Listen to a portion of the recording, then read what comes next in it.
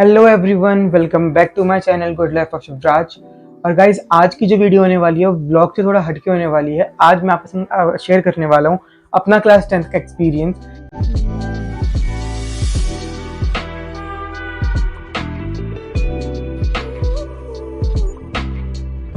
कि मैंने अपने बोर्ड एग्जाम्स के लिए कैसे प्रिपरेशन करी और क्या क्या क्वेश्चन मेरे से पूछे गए और क्या क्या चीज़ें जो स्टूडेंट है, एक एवरेज स्टूडेंट है, वो फेस करता है। और एक ऐसा नहीं कि मैं बहुत ज़्यादा कोई टॉपर हूँ या कोई बहुत ब्रिलियंट स्टूडेंट हूँ, ऐसा कुछ भी नहीं है। तो एक एवरेज स्टूडेंट है, तो हम वही बात करने वाले हैं कि एक एवरेज स्टूडेंट क्या क्या फेस करता है जो जब वो एक एग्ज़ाम देने जाता है।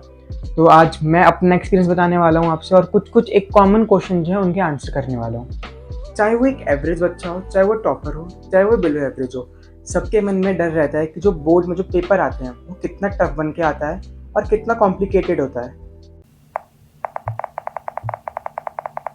तो गाइज, ये डर मेरे अंदर भी अपने बोर्ड एग्ज़ाम देने से पहले था कि कैसा पेपर आएगा। जब मैं एग्जामिनेशन हॉल के अंदर एंटर कर गया था, जो हमारा जो सेंटर है, जब हमारा पेपर डिस्ट्रीब्यूट हो रहे थे, इवन जब मैं पेपर पढ़ भी रहा था तब भी मुझे ऐसा लग रहा था यार कितने टफ क्वेश्चंस आएंगे। क्योंकि मैं जब क्वेश्चन पढ़ रहा था तो मैंने ये रियलाइज़ करा कि जो हमने प्री बोर्ड्स दिए हैं और जो स्कूल वालों ने जो प्री बोर्ड्स में जो पेपर बनाया था या जो उसमें क्वेश्चंस दिए थे हमको, उसका 50% भी नहीं आता बोर्ड्स में उतना टफ। मतलब ऐसा नहीं कह रहा हूँ कि जो बोर्ड वाले में बिल्कुल ही इजी क्वेश्चन पेपर बनाते हैं, बट क्वेश्चन पेपर जो बनता है बोर्ड में वो ऐसा बनता है, एप्लीकेशन बेस्ड कह सकते हैं।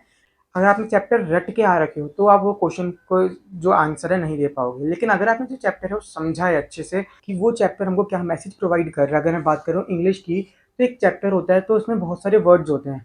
वर्ड्स के अलग अलग मतलब होते हैं। एक वर्ड का 2 मीनिंग, 3 मीनिंग, 4 मीनिंग हो सकते हैं और उस वर्ड को हम उन 3 तरीकों से लिख भी सकते हैं। अगर आप कोई भी एग्जामिनेशन, अगर मैं ये नहीं बात करूँ कि बोर्ड्स की, अगर आप कोई भी एग्ज़ाम की प्रिपरेशन कर रहे हो तो फर्स्ट थिंग जो मैंने फॉलो करी है कि मैंने कोई भी चीज़ रटी नहीं है, ना मेरे से रटी जाती है। तो मैंने हर एक चीज़ को अच्छे से समझा है कि वो एक सेंटेंस है, वो क्या कहना चाह रहा है। तो मैंने ये चीज़ को ज़्यादा से ज़्यादा फोकस करा है कि मैं उस चीज़ को रटूँ या मैं उस चीज़ को मतलब दिमाग में बिठा लूँ कि अगर यही चीज़ एग्जैक्ट आएगी तो मैं यही लिख के आऊँगा। ऐसा नहीं, क्योंकि बोर्ड्स वाले जो भी हैं वो बहुत सिंपल क्वेश्चन देंगे आपको। हम बहुत कॉम्प्लिकेटेड सोचते हैं लेकिन वो सिंपल पे जाते हैं सीधा। तो वैसे मेरा तो यही कहना है, अगर आप लोग डर रहे हो कि बोर्ड एग्ज़ाम्स कैसे आएंगे, चाहे वो 10th के चाहे वो 12th के, मतलब जैसे 10th के ही दे रखे हैं, बट अगर आप सोच रहे हो कि एग्ज़ाम्स कैसे आएंगे या बहुत ज़्यादा टफ आते हैं, तो ऐसा बिल्कुल भी नहीं है। आप जो भी आप चीज़ पढ़ रहे हो ना, आप उसकी कुछ समझो अच्छे से, तो आप बोर्ड एग्ज़ाम अच्छे से अटैम्प्ट कर पाओगे और आप हर एक क्वेश्चन का जो है आंसर कुछ ना कुछ तो लिख के आओगे। ठीक है, तो इस बारे में आगे बात करते हैं कि जो प्रेजेंटेशन होती है पेपर की, जो हम अपनी आंसर शीट में जो हम प्रेजेंट करते हैं, वो कैसे करनी चाहिए। तो गाइस, दूसरा सबसे बड़ा टेंशन जो एक स्टूडेंट के अंदर रहता है, चाहे वो मैं एवरेज हो, टॉपर हो, बिलो एवरेज हो, कि एक बच्चा चाहता है कि हम अपना जो एग्ज़ाम है, अपना जो पेपर है, क्वेश्चन पेपर, उसके सारे क्वेश्चन अटैम्प्ट करें और कुछ ना कुछ तो उसमें लिख के आए, चाहे हमको वो आता है चाहे नहीं आता, या जितना हमको आता है हम उतना तो लिख के आए हैं उसमें। बट टाइम की बहुत ज़्यादा शॉर्टेज रहती है, क्योंकि हम सबको पता है कि 80 नंबर का पेपर आता है 10th में और 3 आवर्स हमको दिए जाते हैं। तो सबसे ज़्यादा जो एग्ज़ाम की शॉर्टेज हमको महसूस होती है, वो महसूस होती है मैथ्स के एग्ज़ाम में। और ये जो टेंशन है वो मुझे आज भी होती है। अभी भी अगर मैं सोचूं कि मैं कल कोई एग्ज़ाम देने जा रहा हूँ तो मेरे मन में सबसे पहले ये नहीं आता कि मैंने कितना पढ़ा है या मैं क्या लिख के आऊँगा, कैसे लिख के आऊँगा, ये नहीं आता। सीधा यही आता है कि क्या वो टाइम पे कंप्लीट हो पाएगा या नहीं हो पाएगा। सही बताऊँ अगर, तो यही चीज़ जो है, जो हम बार बार सोचते रहते हैं अपने मन में, यही चीज़ की वजह से हमारा जो एग्ज़ाम है वो टाइम पे नहीं होता है और टाइम कहीं ना कहीं हमारा वेस्ट हो जाता है कुछ ऐसी चीज़ें करने में, सिली मिस्टेक करने में, जो कि हमको शायद हम अवॉइड भी कर सकते थे, जो कि हमको शायद जो और एग्ज़ाम्स होते हैं, लाइक पीरियोडिक्स होते हैं, प्री बोर्ड्स होते हैं, हाफ ईयरलीज होते हैं, हमको उस चीज़ में सीख लेनी चाहिए। जो कि मेरे संग भी ऐसा हुआ था। मैं अगर अपने स्टोरी शेयर करूँ तो क्लास 10th में हाफ ईयरली हो, चाहे पीरियोडिक्स हो, चाहे प्री बोर्ड्स हो, जितनी भी हुए, आज तक का रिकॉर्ड था कि मैं मैथ्स का एग्ज़ाम कंप्लीट नहीं कर पाया।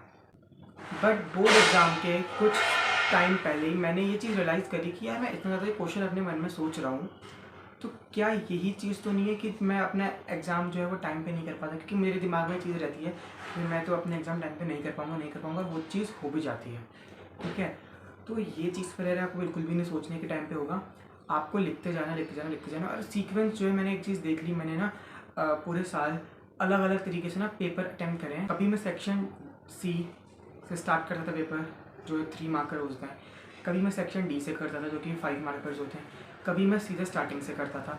तो मुझे सबसे ज़्यादा बेनिफिट किस में, सबसे ज़्यादा टाइम सेविंग मेथड कौन सा है अटैम्प्ट करने में, सबसे ज़्यादा टाइम सेविंग मेथड क्या है क्वेश्चन पेपर को अटैम्प्ट करने का, जो मुझे रियलाइज़ हुआ, जो कि मैंने बोर्ड में भी यूज़ करा, वो ये था कि सेक्शन ए मतलब फ्रॉम स्टार्टिंग हम टू एंड हम ऐसे अटैम्प्ट करें, मतलब section A, B, C, D और ई, ऐसे हमको अटैम्प्ट करना चाहिए क्वेश्चन पेपर। तो गाइस ये तो कुछ तरीके था कि हम जो क्वेश्चन पेपर है वो अटैम्प्ट कैसे करें और टाइम पे अटैम्प्ट कैसे करें। ये क्वेश्चन इसका मैंने आपको एक्सपीरियंस शेयर करा अपने साथ कि मेरे संग क्या क्या चीज़ें हुई थी, क्योंकि क्वेश्चन मेरे दिमाग में चल रहे थे उस समय। तब हम बात करते हैं कि हम क्वेश्चन पेपर लिख तो रहे हैं, बट उसको लिखने का तरीका क्या होना चाहिए। तो कैसे हम बात करते हैं तीसरे सबसे बड़े अननोन क्वेश्चन की, जो कि ज़्यादातर कोई जिस पर ध्यान नहीं देता है। तो वो क्वेश्चन ये है कि जो हमारा पेपर होता है ना, उसको हम कैसे प्रेजेंट कर रहे हैं, अपने आंसर को अपने आंसर शीट पे कैसे प्रेजेंट कर रहे हैं, वो सबसे बड़ा हम कह सकते हैं एक गोल्डन पॉइंट होता है। अगर मैं अपनी बात करूं, अगर मैं कॉपी देखूं, अगर मैं किसी अपने दोस्त की कॉपी, हम कौन से दोस्त की कॉपी अपने जो है वो अपना काम करने के लिए लेकर आते हैं, जिसका काम बहुत साफ़ सुथरा रहता है, एक सिस्टमेटिक तरीके से रहता है, एक पॉइंट्स हाईलाइट रहते हैं, हर एक चीज़ हमको पता है कि भाई ये चैप्टर इसने ऐसे करा है, सीक्वेंस वाइज करा है। हम उसी की कॉपी अपने घर लेकर आते हैं, या फिर हम उसकी लेकर आते हैं अपने फ्रेंड की कॉपी, जिसका काम बहुत उल्टा फुल्टा रहता है, जिसके पेजेस फटे रहते हैं, जिसने अपनी कॉपी के ऊपर पेन चला रखा होता है, जिसका कोई सिस्टम ही नहीं है काम करने का, जिसने हेडिंग को स्पेसिफाई नहीं कर रखा कि ये एक हेडिंग है, जिसने मतलब हम उस बच्चे की कॉपी तो नहीं लेके आते ना घर पे। तो वही चीज़ जो मैं फील करता हूँ कि एक एग्जामिनर भी एक इंसान ही होता है, और उसके ऊपर जो चीज़ इंप्रेशन बनाती है वो ये होता है कि हम अपने पेपर में अपने आंसर को कैसे प्रेजेंट कर रहे हैं। अगर मैं एक आंसर है SST सबसे इम्पॉर्टेंट, तो हम SST में ही हमको ज़्यादा से ज़्यादा जो मेथड है वो काम आता है। SST में 3 मार्कर्स या 5 मार्कर्स में क्या होता है, हमारे पास आते हैं कि की पॉइंट्स लिखो, इस चीज़ के फीचर लिखो, करेक्टरिस्टिक्स लिखो, आइडियोलॉजी हमारे यहाँ हिस्ट्री में आती है, दैट पर्टिकुलर इसकी आइडियोलॉजी लिखो, इनकी क्या आइडियोलॉजी थी, या इस चीज़ का ये जो इन्होंने एक एक्ट पास करा है, इसके क्या क्या की फीचर्स थे, की पॉइंट्स थे, क्यों ये ऐसे करना, बहुत सारे ऐसे टाइप के क्वेश्चंस आते हैं हमारे पास। अगर मैं पर्सनली बताऊं, जो मैंने तरीका यूज़ करा है अपना बोर्ड एग्ज़ाम्स में, या मैंने जो सीखा है तरीका आगे अगली बार से पेपर लिखने का, वो ये है कि अगर मैं बात करूँ, एक क्वेश्चन ले लेते हैं, हमको करेक्टरिस्टिक्स बतानी है, 5 करेक्टरिस्टिक्स ऑफ दिस कप, इस कप के बताओ 5 करेक्टरिस्टिक्स, या इस कप के फीचर बताओ। अगर मैं बात करूँ तो हमको सबसे पहले ऊपर लिखना है कि क्या चीज़ बता रहे हैं, तो हमको लिखना है ऊपर 5 features of this cup are, ठीक है। देन फर्स्ट पॉइंट हाईलाइट करना है कि हम कौन सा जो फीचर है आगे डिफाइन करने वाले एक पैराग्राफ में। अगर ये 5 मार्क कर रहे थे, यहाँ एक हैंडल है, तो ऊपर लिखो हैंडल और यूज़ ऑफ हैंडल लिख दो।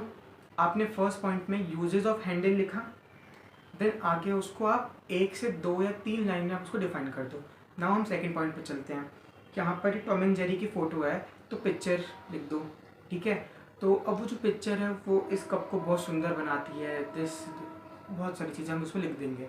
तो ऐसे करके आपको क्या करना होता है ना, आप जो पॉइंट लिख रहे हो ना, आपको उसका भी एक मेन पॉइंट आगे हाईलाइट करना पड़ता है, जिससे कि एक एग्जामिनर है उसके पास उतना टाइम तो नहीं होता कि वो अगर आपकी हर एक चीज़ पढ़े या हर एक चीज़ को, अगर उसको ऊपर की 2 लाइन ठीक लगी वो चेक करेगा, नीचे की लगी चेक नहीं करेगा।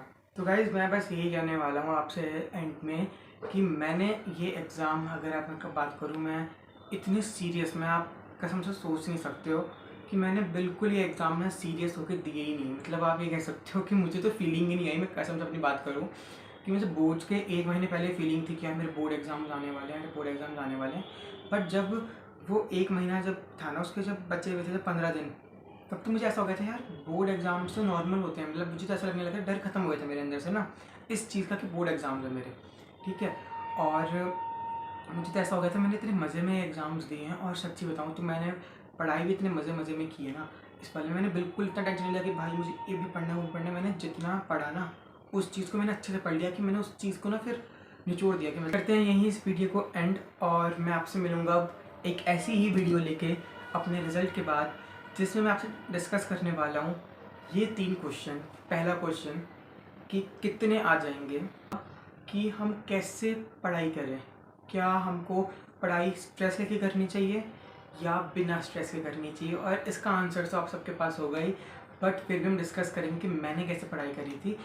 और तीसरा क्वेश्चन ये होगा कि हम 10th के बाद क्या लें। तो ये इन 3 क्वेश्चन के साथ हम मिलते हैं अब आपको अपने रिज़ल्ट के बाद, जो कि मुझे भी नहीं पता है कब है, और जब भी आएगा उसके बाद ज़रूर एक वीडियो आने वाली है जिसमें मैं ये सब अपने आप डिस्कस करने वाला हूँ कि मैं क्या ले रहा हूँ, और कि लोगों ने मेरे से बेसिकली क्वेश्चन कितना पूछा गया है कि कितने आ जाएंगे। तो इस चीज़ के बारे में डिस्कस करेंगे हम रिज़ल्ट के बाद। और आई होप आपको मेरी ये वीडियो पसंद आई होगी, मेरा जो मैंने आपके संग एक्सपीरियंस शेयर करा। और गाइस, अगर आप लोगों ने भी 10th के एग्ज़ाम दिए हैं तो कमेंट में बताओ येस और नो, और आपके एग्ज़ाम्स कैसे गए, और क्या आपको भी ये 3 चीज़ थी जो मैंने इस वीडियो में डिस्कस करी, क्या ये 3 चीज़ आपके भी मन में आई थी जो मैंने इस वीडियो में डिस्कस करी। और अगर आप किसी के पेरेंट्स हैं, अगर आप ये वीडियो देख रहे हो, अगर आपके बच्चों ने भी बोर्ड एग्ज़ाम दिए हैं, कोई भी एग्ज़ाम दिए हैं, तो आप भी क्या बोलते हैं कमेंट करके बताओ, क्या आपने भी ऐसे ऐसे क्वेश्चन पूछे हैं या आपको भी। क्योंकि क्या होता है ना, देखो सबसे बड़ी बात तो हमारे पेरेंट्स को भी चीज़ का डर रहता है बहुत ज़्यादा कि जो बोर्ड एग्ज़ाम्स हैं वो कितना टफ आएंगे, क्या हमारा बच्चा दे पाएगा नहीं दे पाएगा, इस चीज़ का डर हमारे पेरेंट्स को भी रहता है। तो आप लोग भी बताइएगा कमेंट करके। Thanks for watching, bye bye. मिलते हैं आपसे अब हम रिजल्ट के बाद एक ऐसा ही एटमॉस्फेयर लेके, थोड़ा एक्सपीरियंस वाला, थोड़ा मस्ती वाला। तो अब आप फिलहाल कल्चर ब्लॉग देखना स्टार्ट करिए और ब्लॉग को भी बहुत प्यार दीजिएगा। Bye bye.